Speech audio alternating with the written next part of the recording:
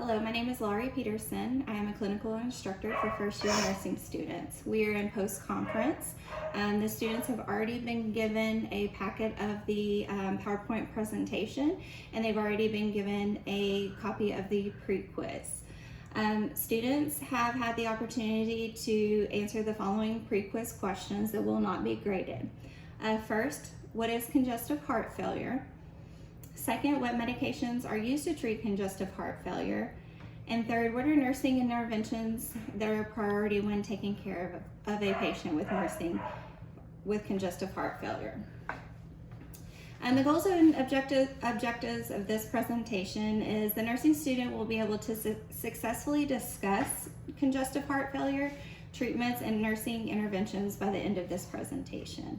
This presentation is something that we will build on in the upcoming semesters. This is just very basic information. Students will be able to define congestive heart failure, discuss the pathophysiology of congestive heart failure, and list medications used to treat heart failure, list interventions that are a priority for the nurse when taking care of these patients, and that is all. So what is congestive heart failure? It's a pathophysiological process that can result from any heart condition that reduces the heart's ability to pump and circulate blood to meet the demands of the body's needs. Some of the causes can be congenital heart disease, myocardial insufficiency. It's important to know that there are two types of heart failure: left-sided heart failure and right-sided heart failure. Left-sided heart failure is the left ventricle is affected and it causes congestion into the lungs. So it's important to remember left lungs. And that's the easy way for you students to remember which side affects the different areas of the body. Right-sided heart failure is the right ventricle, and this causes fluid back up to the whole body. So again, left lung, the right can have fluid build up to the entire body. Signs and symptoms of left-sided heart failure: pulmonary congestion, cough. When we auscultate lung sounds, we may hear crackles, wheezes.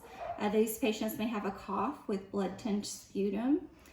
These patients off the start, before they get into pulmonary problems, may become a little restless. That's one of our first signs that we may see that they're having an issue. Fatigue, cyanosis, which is a late sign.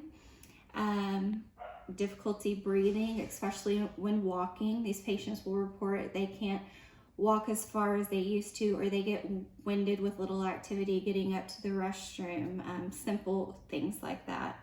Also inability to lay flat. These patients may report that they haven't been sleeping well.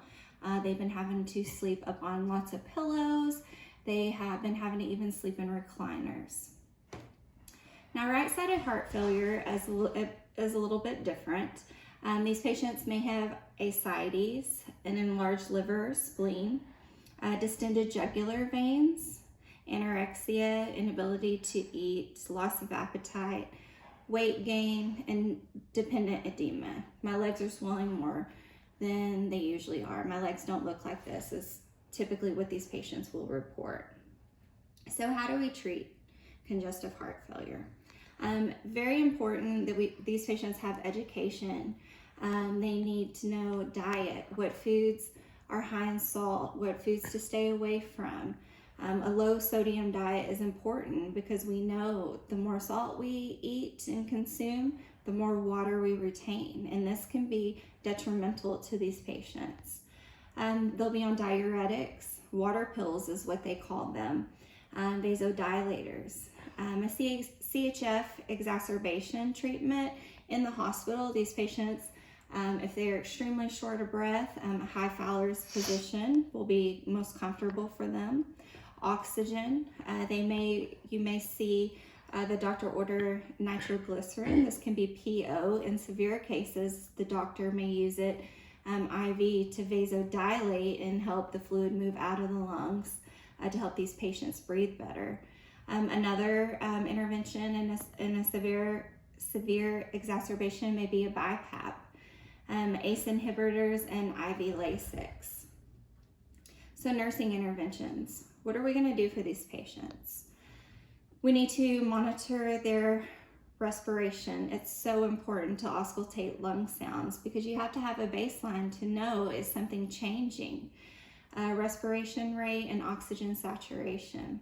Strict I's and O's are imperative. Daily weights. If we're seeing a trend in weight gain, they're retaining fluid. If they're on Lasix, diuretics, it's important with their labs to monitor their potassium levels, which in a later class we'll go over which ones affect potassium and which ones don't. Creatinine levels. And also education always with these patients on their diets. Pay attention to what families are bringing into them. Some of them don't understand that they're eating a high salt diet. And then education on the importance of taking their medicines daily. Some stop taking their water pills because they're taking them at the wrong time, because I don't want to take that. It makes me pee all night. And then importance on keeping up follow-up appointments. So that concludes the presentation on congestive heart failure. Now I want everyone to take out a pen and paper, and we're going to take the post quiz. This can be turned in and these will be graded. Also, you can see at the end of the slide I've placed additional resources. There's a great couple YouTube videos on there with great information. Information regarding medications, patient education. So here are our post-test questions. Define congestive heart failure, and it can be very simple. It doesn't have to be very medical, just basic. Define congestive heart failure. List the 2 types of heart failure and which ventricle is affected in each. List the signs and symptoms of heart failure. How is heart failure treated? And lastly, what patient education would you provide for the patient with congestive heart failure? Thank you.